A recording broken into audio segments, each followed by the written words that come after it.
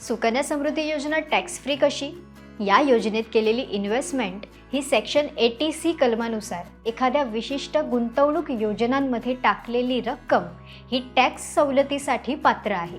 या सेक्शन 80Cच्या अंतर्गत दरवर्षी जास्तीत जास्त 1.5 लाखापर्यंतची गुंतवणूक वजा म्हणजे डिडक्ट करू शकता. उदाहरणार्थ, जर तुमचं वार्षिक उत्पन्न 6 लाख असेल आणि तुम्ही सुकन्या समृद्धी योजनेत 1.5 लाख गुंतवलेत, तर तुमचा टॅक्स एलिजिबल म्हणजेच करपात्र 4.5 लाख एवढीच रक्कम गृहीत धरली जाणार.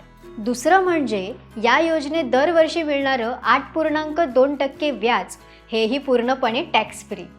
तिसरं असं की मॅच्युरिटी म्हणजे खात्याला जेव्हा 21 वर्षे पूर्ण होतील तेव्हा मिळणारी रक्कम हे सुद्धा टॅक्स फ्री. हे EEE या स्टेटसमध्ये येतं. म्हणजे काय सांगते.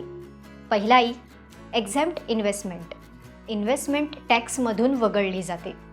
दुसरा ई, एक्झॅम्प्ट इंटरेस्ट. व्याजावर टॅक्स नाही. तिसरा ई म्हणजेच एक्झॅम्प्ट मॅच्युरिटी. जी रक्कम शेवटी मिळणार तीही टॅक्स फ्री.